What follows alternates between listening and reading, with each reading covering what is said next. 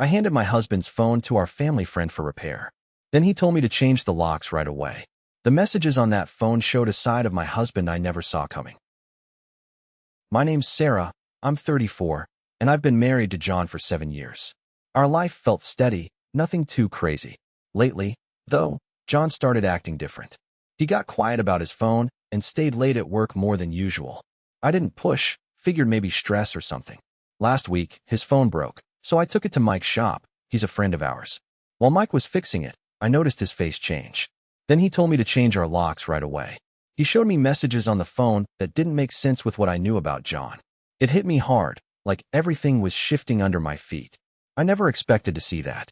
The trust one had just cracked wide open, and I didn't know where to go next. Mike took the SIM card from me without a word and slipped it into his phone behind the counter. I stood there, trying to keep my nerves steady. I trusted Mike. He'd been around my family for years, like one of us. It felt strange handing him something so personal, but I needed answers. He tapped the screen a few times, then his face changed. It was subtle, but I caught it. His eyes dropped, his mouth tightened. I said, "Mike, what's up?" He didn't answer right away, just looked at me, then said, "You should change your locks." I blinked. What? Why? That doesn't make sense. I felt my heart speed up, but I kept my voice steady. He slid the phone toward me. The screen showed a messaging app open to a conversation. The name at the top was Alex. I stared at it, confused. I didn't know anyone named Alex. Mike's voice was low. "Look at these messages." I leaned in, trying to make sense of the words. They weren't just casual texts. They were close. More than I expected from someone outside our family. There were little things, nicknames, inside jokes, plans that sounded personal. Not like friendly chats. I said, "Is this John?" Mike nodded without looking up. I felt like I was sinking. The messages stretched back for months. Every day, sometimes multiple times a day. I read one where John told Alex, "Can't wait to see you again." Another where Alex replied, "Me neither. It's been too long." My throat tightened. I asked Mike, how long has he been doing this? His silence said more than words. I swallowed hard, trying to push down the sudden wave of panic. Mike said, "I didn't want to believe it either. But it's there." He looked at me like he wanted to help, but didn't know how. I felt a mix of anger and shame. Anger at John for hiding this, and shame that maybe I missed the signs. I asked, "Why didn't you tell me sooner?" Mike shrugged. "I thought you needed proof first." His eyes were steady. "Now you have it." I scrolled through the messages again, fingers trembling. There were times John said things that sounded like he cared more about Alex than me. I felt betrayed, but I couldn't cry. Not yet. Just numb. Mike said quietly, "You should change the locks. Just in case." I nodded, not trusting my voice. I realized I didn't know what else John was hiding. If Alex was just one secret, what else was there? I looked up at Mike. "What should I do now?" He said, "Take your time. Don't confront him before you're ready." His words didn't help much. I felt trapped between wanting to scream and wanting to disappear. I left the shop holding my phone, the screen still showing those messages. The silence between Mike and me said more than any conversation could. I thought it was over, but the silence that followed said otherwise. When I got home, I didn't even bother to close the door behind me. I just stood there, phone in hand, the screen still lit with those messages. John was in the kitchen, making coffee like nothing had changed. I waited until he turned around. "Who is Alex?" I asked, holding the phone out to him like it was some kind of proof. My voice was steady, but I could feel my hands shaking. John's face went tight. He looked down at the phone, then back at me. "It's just a friend from work," he said quickly, almost too quickly. I didn't move. "A friend from work who sends you 'I love you' in texts?" He blinked, and then his jaw clenched. "It's not what you think," he said, his voice low. I wanted to believe him. I really did. But the words on the screen didn't line up with what he was saying. I felt the heat rise in my chest. "Then what is it?" I asked. "Because it looks like you're having a whole different conversation than the one you have with me." John took a deep breath and rubbed the back of his neck. "Look, Alex, she's been going through some stuff. I guess I said things to try and help her. Nothing more than that." "Help her?" I repeated. "By telling her you love her?" He hesitated. "It was hard, okay? She was upset, and I was trying to comfort her. I didn't mean anything by it." I swallowed hard. I wanted to ask more, to get him to say exactly what he meant. But instead, I just looked at him, waiting. "Are you telling me this is just a misunderstanding?" I said quietly. John's eyes didn't meet mine. Yeah, he said after a pause. I swear, it's a misunderstanding. The room felt smaller all of a sudden. I could hear the quiet hum of the coffee machine, but it was like everything else had gone silent. I wanted to reach out, to touch him, but I didn't.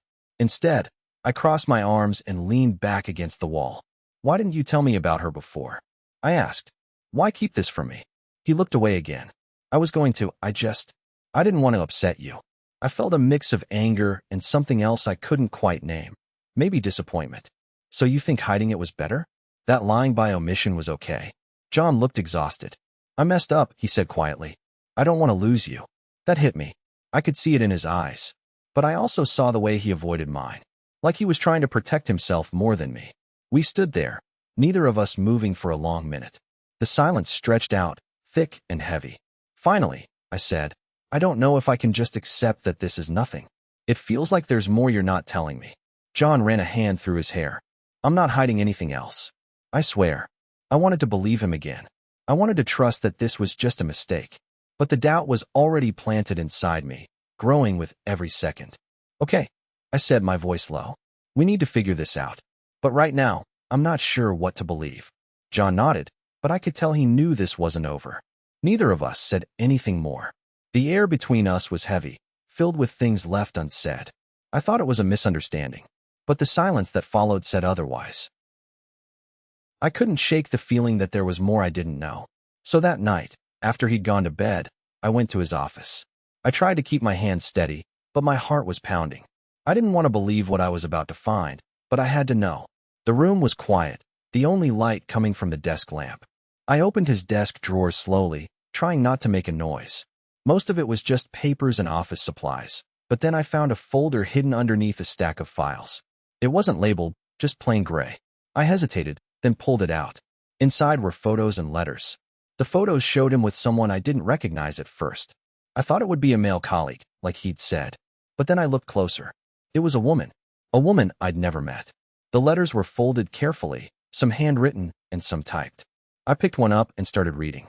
They were from both of them, talking about how much they missed each other, planning secret trips, sharing moments I never knew about. The dates went back over 2 years. My chest tightened. I couldn't breathe right. I kept reading, desperate for some explanation, some reason that would make sense. But there wasn't one. It was clear they'd been involved for a long time. Not just some casual thing, but something serious. I stared at a photo of them laughing together, close like they belonged to each other. It felt like a punch to the gut. How had I been so blind? He was right there every day, pretending everything was normal. And I never saw this side of him. I folded the letters back up and put the folder down, but my hands were shaking. I felt angry, hurt, and confused all at once. How do you even begin to process something like this?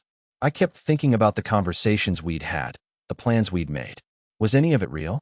I sat down, trying to steady myself. The silence around me felt heavier than ever. I wanted to scream, to ask why, but the words wouldn't come. Instead, I just sat there, feeling more alone than I had in a long time. Part of me wanted to confront him right then, but another part knew I needed more time to think, to figure out what this meant for us. Did this change everything? Was it just this secret, or was there more I didn't know? I closed the folder slowly and slid it back under the files. The weight of it all pressed down on me. I felt sick, but also strangely numb. Like a part of me was breaking, but I had to hold it together. I left the office and went back to our bedroom. He was asleep, unaware of what I'd found. I lay there, staring at the ceiling, wondering how deep this betrayal went. How long had he been living this double life? And how much more was hidden just beneath the surface? I thought it was over, but the silence that followed said otherwise. I stood outside the front door, the cold air hitting me harder than I expected. I didn't want to go back inside. My hands were shaking, and I pulled my phone out of my pocket without thinking. I dialed my sister's number before I even knew what I wanted to say. It rang twice. Then she answered, sounding tired. Hey, what's up? I took a deep breath, trying to keep my voice steady. I need to talk. Something just happened with John. My words were clipped, like I was afraid to say more, but also needing to get it all out. She was quiet for a moment. Okay, what happened? I told her everything. The way I'd come home early, the look on John's face, the woman I saw. The whole thing spilled out, raw and rushed. I could hear her swallowing on the other end, and I knew she wasn't just listening. She was trying to figure out how to help. After I finished, she hesitated. Then her voice dropped. I don't want to freak you out more, but I saw John with a woman a few months ago. I blinked, confused and suddenly dizzy. What? When? It was at that cafe downtown. I was there for a work meeting. I thought it was just some client or something. I didn't think much of it at the time. I felt like the ground shifted beneath me. Why didn't you say anything? She sighed. I didn't want to believe it was anything. You know how protective I am of you. And honestly, I thought I was imagining it, or that it was nothing important. I ran a hand through my hair, trying to process it. This wasn't just about John anymore. It was about everyone around me. How many people had seen things and kept quiet? How long had this been going on without my knowing? I feel like I don't know anything anymore, I admitted, my voice softer now. How many people knew and didn't tell me? There was silence on the line. Then she said quietly, I don't know, but I wish I'd told you sooner. I nodded, even though she couldn't see me. The betrayal wasn't just from John anymore. It was from the people I trusted, the ones who stood by and said nothing. I looked around the street, the quiet night suddenly feeling too empty. I wanted to scream, to cry, to run. But I just stood there, phone in hand, feeling the weight of everything settling on my shoulders. I don't know what to do next, I said finally. You don't have to do this alone, she said. Call me anytime. I'm here. Her words were a small comfort, but they also reminded me of how alone I'd felt walking out the door just minutes ago. The truth was breaking apart everything I thought I knew. I ended the call and slipped my phone back in my pocket. The streetlights flickered, and I realized I hadn't moved in several minutes. The silence around me was heavy, but it also felt like a question hanging in the air. How many other secrets were waiting to be uncovered? I thought it was over, but the silence that followed said otherwise. I met up with Sarah at that little cafe we used to go to when things were simpler. I wasn't sure why I asked to see her, but I needed to hear it from someone close. Someone who might know more than I did. As soon as I sat down, she looked at me sideways, like she was holding something back. I didn't say much at first, just stared at my coffee, trying to steady my nerves. Then I asked, did you know about him and her? Sarah's face changed. She sighed and said, yeah, we all knew. It felt like someone punched me in the stomach. I blinked, waiting for her to explain, but she just looked away. It wasn't exactly a secret. I couldn't believe it. I thought I was the only one who didn't see this coming. How long have you known? I asked, voice barely above a whisper. Months. Maybe more. She paused, then added, they even have a place together. A shared apartment. It felt like the ground was slipping beneath me. I kept thinking about everything I'd trusted him with. The late nights, the excuses, the little lies I'd brushed off. All of it was built on something else entirely. And the worst part, everyone else just watched, quietly. Sarah looked uncomfortable. We thought you knew. Honestly, we didn't want to hurt you. It wasn't our place to say anything. I wanted to scream at her. So you all just let me be in the dark? Pretending everything was fine. She shook her head. It's complicated. We didn't want to come between you two. I felt anger rising, but also something deeper. A cold, empty space where my trust used to be. I realized how isolated I'd been without even knowing it. The people I thought were my friends had been keeping this from me. I asked, how serious is this? Are they just messing around, or? Sarah hesitated. I don't know exactly, but it's serious enough that they're living together. They've been careful, but it's not just some fling. That hit me harder than I expected. Living together meant planning, making decisions. It wasn't just a secret weekend thing. It was a life he was building without me. I looked down at my hands, feeling numb. Sarah reached across the table and touched my arm. I'm sorry you had to find out this way. I nodded, but my mind was racing. I thought it was over. But the silence that followed said otherwise. I walked through the front door, the weight of the day pressing down on me. The house was quiet, too quiet, and everything felt different somehow. I didn't even wait to say hello. I went straight to the bedroom and started pulling clothes from the closet. My hands were shaking, but I kept going. I had made up my mind. I was leaving. John came in just as I was zipping up my suitcase. He looked tired, worn out, but there was something else in his eyes. Panic, maybe. What are you doing? He asked, his voice low. I didn't look at him. I kept packing. I'm leaving, John. I said finally, my voice steady but cold. I can't do this anymore. The room felt smaller suddenly, like the walls were closing in on me. He sat down on the edge of the bed and ran a hand through his hair. Please, just listen. I love you. I love us. I'm trying to fix this. His words hung in the air between us. I wanted to hear him, to believe him, but something inside me wouldn't let me. I don't think you understand, I said, finally facing him. You say you love us both, but that's not love. Not like this. You've broken something I don't know if I can put back together. My voice cracked a little, but I pushed on. I need to reclaim my life. I can't live like this, waiting for the next excuse, the next lie. John looked down at his hands. I never wanted it to get this far, he whispered. I thought I could have it all, but I see now how wrong I was. The silence stretched between us. I felt a mix of anger and sadness and, beneath it all, a strange relief. I was finally doing something for myself. I reached for my phone and called the lawyer I had contacted earlier that day. The voice on the other end was calm, professional. I told them I wanted to start the process of separation. I wasn't sure what would come next, but I knew I couldn't stay. John watched me with a kind of hollow look. Are you sure about this? He asked quietly. I nodded, even though my heart felt heavy. I have to be. He didn't say anything after that. Just sat there, lost in thought. I packed the last of my things and closed the suitcase. As I stood up, I realized how much I had been holding in. The tension, the doubt, the quiet moments of hope that maybe things would change. All of it had come to this. I took a deep breath and looked at John one last time. I hope you find what you're looking for, I said softly. But I need to find myself first. He nodded slowly, eyes still fixed on the floor. The room was thick with silence again, but this time, it didn't feel like the calm before a storm. It felt like the end of something that had been breaking for a long time. I walked out of the room, suitcase in hand, and felt a strange mix of fear and freedom. I didn't know what would happen to us, to our marriage. The future was uncertain, but I knew one thing. I was done waiting. As I closed the front door behind me, I thought maybe this was the moment everything changed. Or maybe it was just the beginning of something I wasn't ready to face yet. The silence after that last word hung heavier than any argument ever had. John showed up at our home late that night, his face worn out and desperate. I didn't expect him to come, not after everything. When he knocked, I hesitated before opening the door. He stepped inside without waiting for an invitation, eyes searching mine like he was begging for something I wasn't sure I could give. I ended it with Alex, he said, voice shaky but urgent. I swear, it's over. I made a mistake, a huge one. But I want to fix this. Please. I looked at him, the man I'd known for years, and saw someone I didn't recognize. His words felt hollow, like echoes in an empty room.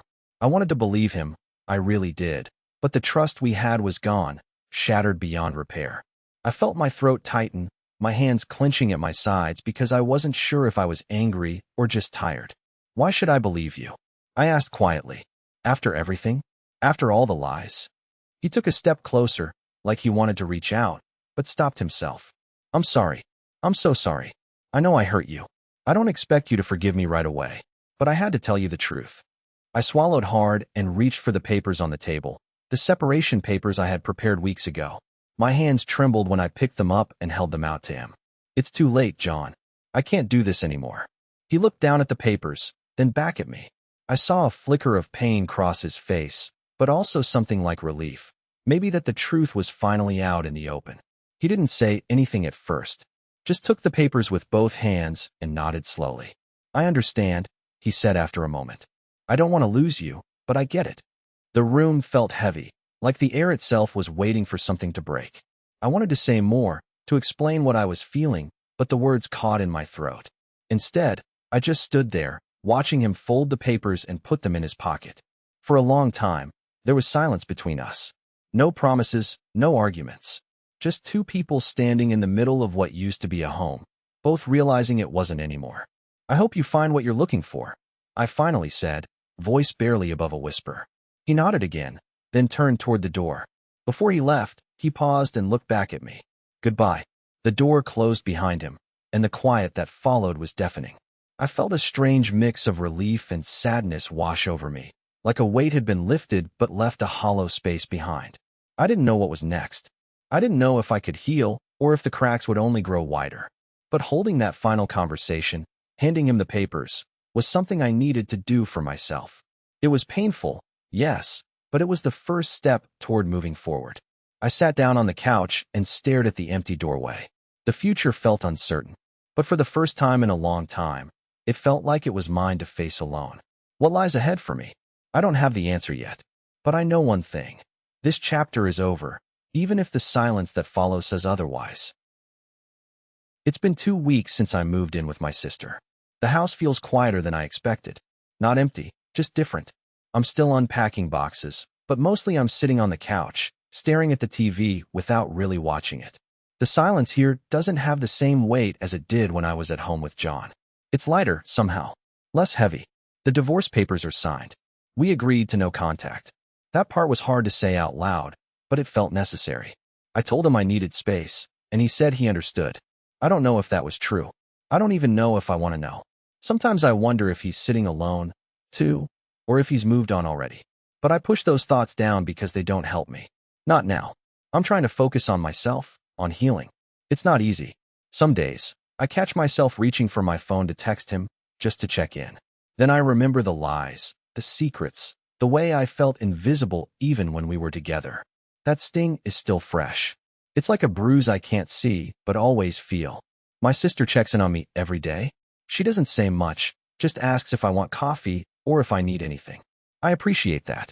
I don't want pity or long talks. I just want normal. She's been my anchor, but I know this is something I have to get through alone. Some nights I lie awake wondering what's next.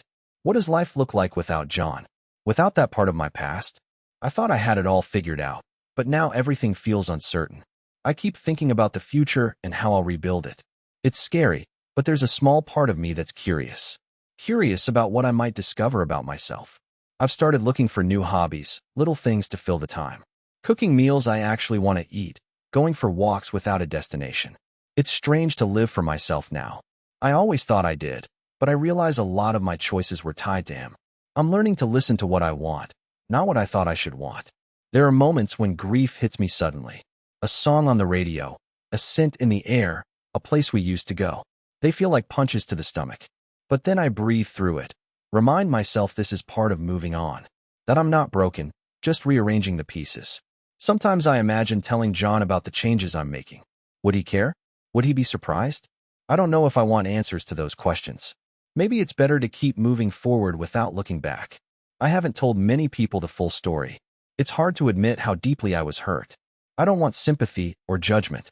I just want to be understood, even if it's only by myself.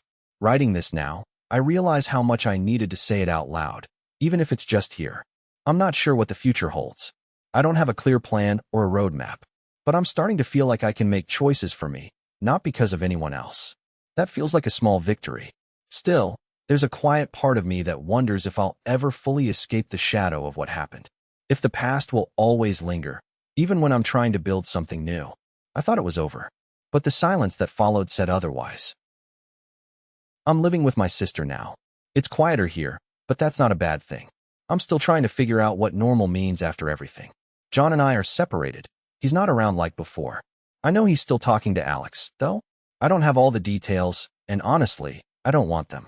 I never thought I'd end up here, but maybe I needed this. The whole mess showed me how much I relied on trust without really checking if it was there. That's a hard lesson, but it's one I can't ignore. Trust and honesty aren't just words to me anymore. They're what I have to build first before anything else. Some days are harder than others. I catch myself wanting to reach out to John, wanting things to be different, but then I remind myself why I'm here. It's not easy to choose my own peace over what was familiar. I'm learning to put my well-being first. It feels selfish sometimes, but maybe that's what I needed all along. My sister's been a quiet anchor. She listens without judgment, and that helps more than I expected. Surrounding myself with people who actually care, that's new for me. It's strange, but I'm feeling stronger in these small ways. I don't know what's next exactly, but I'm starting to believe I can handle it. The silence that used to feel heavy now has space for something different. I thought it was over, but the quiet that remains says otherwise. Trust doesn't just break. It shatters in ways you don't expect. And once that happens, it's not easy to put the pieces back together.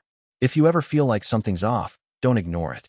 Dig for the truth, even if it hurts more than you want it to. It's better to face that pain than to live with doubt gnawing at you. Lean on the people who actually want the best for you. Friends or family who listen without judgment. They'll help you find your footing when everything feels shaky. And when you start rebuilding, do it at your own speed. Don't rush to fix what's broken just to avoid being alone or uncomfortable.